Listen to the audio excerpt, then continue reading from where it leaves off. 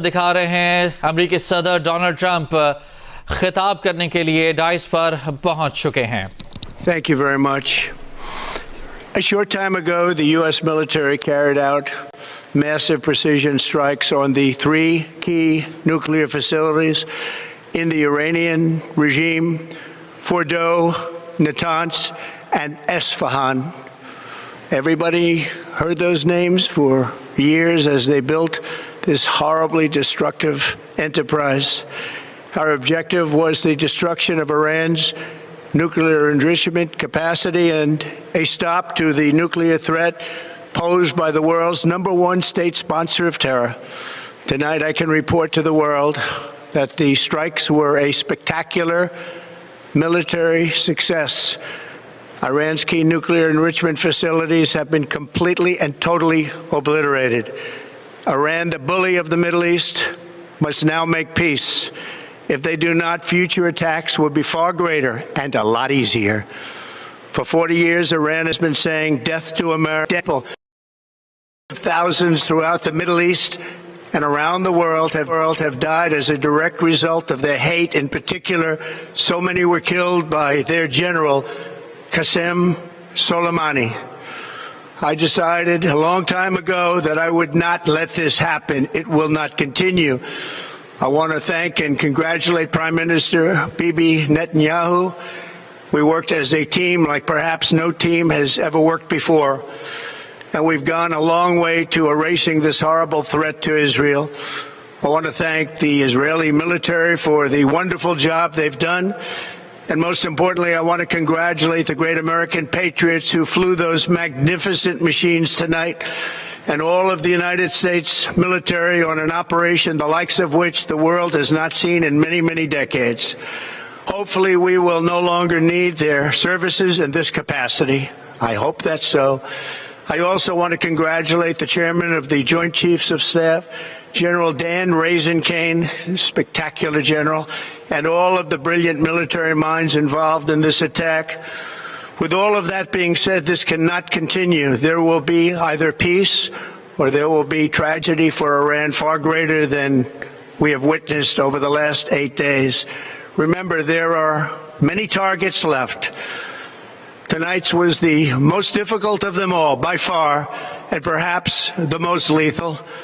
But if peace does not come quickly, we will go after those other targets with precision, speed, and skill. Most of them can be taken out in a matter of minutes. There's no military in the world that could have done what we did tonight. Not even close. There has never been a military that could do what took place just a little while ago. Tomorrow, General Kane, Secretary of Defense Pete Hegseth, will have a press conference at 8 a.m. at the Pentagon. And I want to just thank everybody, and in particular, God. I want to just say we love you, God, and we love our great military. Protect them. God bless the Middle East. God bless Israel, and God bless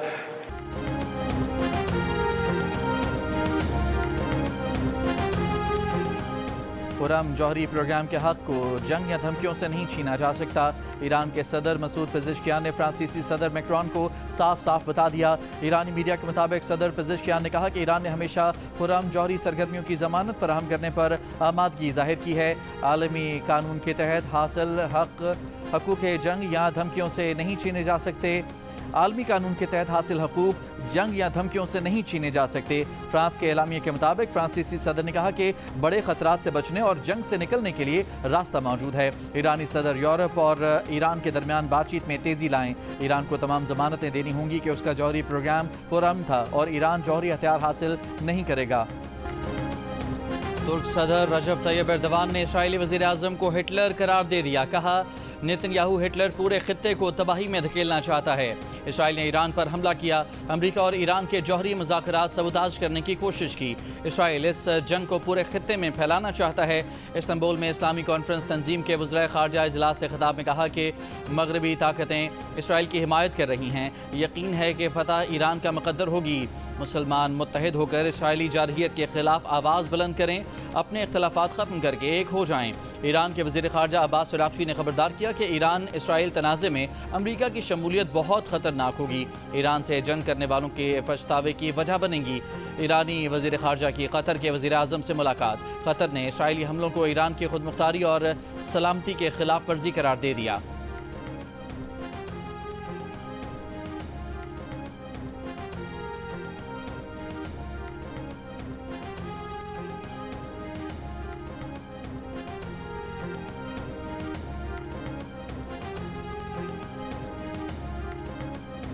तुर्क सदर रजब Tayyab Erdogan से नायब वज़ीर आज़म और वज़ीर ख़ारजा इसहाक डार और army chief field marshal Asim Munir की मुलाकात। सदर तैयब एर्दवान ने फील्ड मार्शल आसिम मुनीर का इस्तकबाल किया। दफ्तर ख़ारजा के मुताबिक मुलाकात में वज़ीर आज़म शहबाज शरीफ का नेक तमन्नाओं का पैगाम तुर्क सदर को पहुँचाया गया। पाकिस्तान और तुर्की के दरमियान बरादराना ताल्लुकात को मज़ीद वसअत देने के आज़म का अयादा। मुलाकात इस्तंबुल में जारी OIC वज़राए ख़ारजा इजलास के मौके पर हुई। इसराइल पर ईरान के नए हमले। पासदाराने इनकलाब के मुताबिक हमलों में बेन गुरेन एयरपोर्ट और सेहूनी फौज के कमांड एंड कंट्रोल सेंटर समेत कई अहदाफ को निशाना बनाया गया। इसराइली फौज ने शुमाली इसराइल के इलाके बैत शेहान में रिहायशी इमारतों को नुकसान पहुँचने की तस्दीक कर दी। इसराइल का पासदाराने इनकलाब की जानिब से कब्रस में इसराइली शहरियों पर हमले की कोशिश नाकाम बनाने का दावा।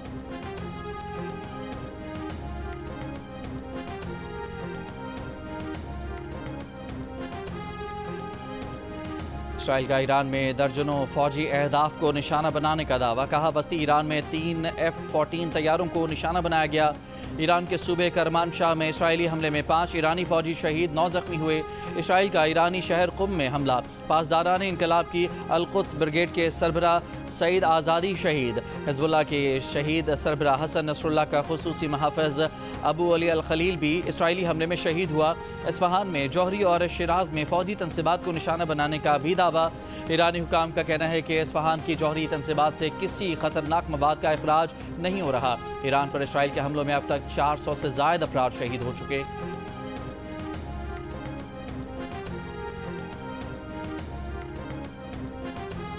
ईरान के सुप्रीम लीडर आयतुल्लाह खामनाई ने अपने मुमकिना जानशीनों के बारे में फैसला कर लिया। अमरीकी अखबार न्यूयॉर्क टाइम्स की रिपोर्ट के मुताबिक ईरानी सुप्रीम लीडर ने जानशीनों के लिए 3 उलमा के नाम तजवीज़ किए हैं। आयतुल्लाह अल-उज़्मा अली खामनाई 36 साल से ज़ायद अरसे से सुप्रीम लीडर के ओहदे पर मौजूद हैं। आयतुल्लाह खामनाई सिर्फ एक काबिल एतमाद मुशीर के ज़रिए पैगामात का सिलसिला जारी रखे हुए हैं। ईरानी सुप्रीम लीडर की जानिब से इलेक्ट्रॉनिक पैगाम रसाई तर्क कर दी गई। ईरान से बात करेंगे, देखते हैं क्या नतीजा निकलता है।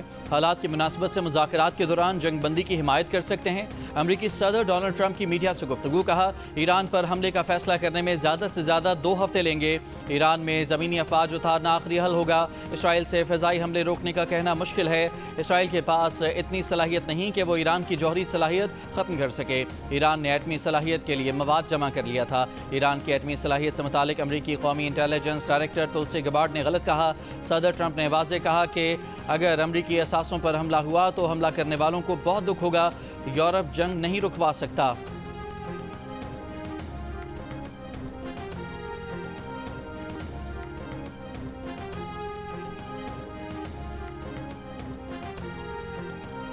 रूसी सदर पुतिन का कहना है कि रूस इसराइल को कई बार बता चुका है कि ईरान के मुबैना तौर पर एटमी हथियार हासिल करने के इरादों के कोई शवाहिद मौजूद नहीं। बरतानवी मीडिया से बातचीत में रूसी सदर पुतिन का इलाकाई खदशात दूर करने और मुश्तरका सलामती को यकीनी बनाने के लिए डायलॉग की अहमियत पर जोर कहा। ईरान को पुरअमन मकासद के लिए जौहरी तवानाई के इस्तेमाल का हक हासिल है। इससे पहले सेंट पीटर्सबर्ग में इकोनॉमिक फोरम से खिताब में रूसी सदर ने कहा कि उनकी नज़र में रूसी और यूक्रेनी एक ही कौम हैं, इसलिए पूरा यूक्रेन हमारा है। अगर यूक्रेन ने रूसी इलाके पर डर्टी बम गिराने की कोशिश की तो ये यूक्रेन की आखिरी गलती होगी, फिर मॉस्को की जानिब से जवाबी कार्रवाई होगी।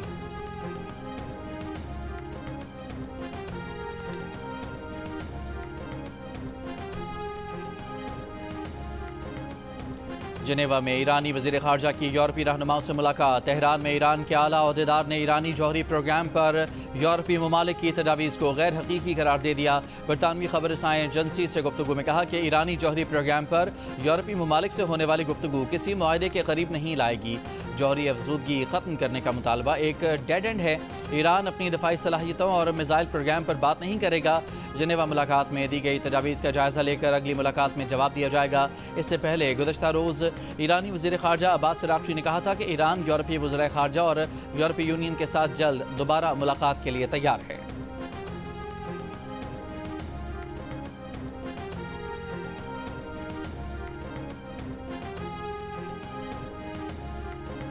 गजा और ईरान पर इसराइली जारहियत के खिलाफ अमरीका और यूरोपीय ममालिक में एहतजाजी मुजाहिरे। अमरीकी शहर सैन फ्रांसिस्को में मुजाहिरीन का ईरान पर इसराइली हमले फौरी रोकने का मुतालबा।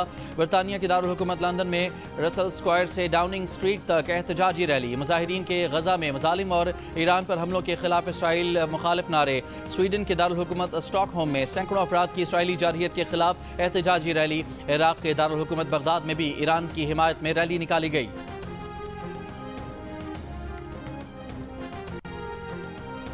हुकूमत पाकिस्तान का अमरीकी सदर को नोबेल अमन इनाम 2026 देने की सिफारिश करने का फैसला।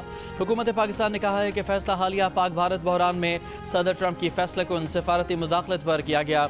सदर ट्रंप की मुदाखलत से पाकिस्तान और भारत की जंग टल गई। सदर ट्रंप की हिकमत अमली से तेजी से बिगड़ती सूरत हाल पर काबू पाया जा सका।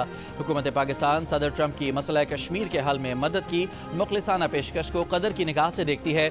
मशरक़ वस्ता के बहरान बशमूल गजा में इंसानी अलमिया और ईरान में बढ़ती कशीदगी में सदर ट्रंप अपना किरदार अदा करेंगे। अमरीकी सदर ट्रंप का भी कहना है कि पाकिस्तान और भारत की जंग बंद कराने पर उन्हें नोबेल प्राइज़ मिलना चाहिए, मगर नोबेल प्राइज़ सिर्फ लिबरल्स को मिलता है, ये लोग मुझे नहीं देंगे।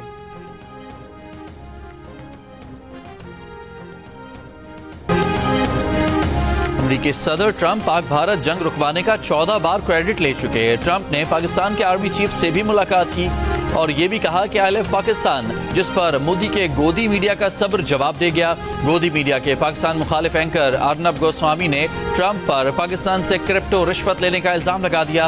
अर्नब गोस्वामी ने ट्रंप के खिलाफ तहकीकात का मुतालबा भी कर दिया।